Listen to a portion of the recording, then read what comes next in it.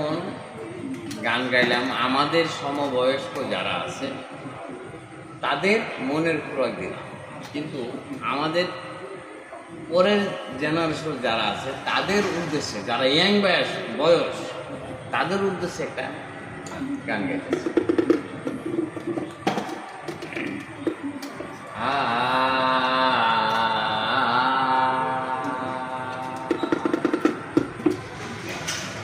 আমার মনটা কায়রা নিল যে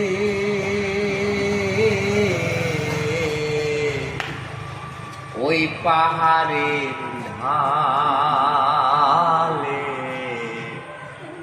বসত করে সে।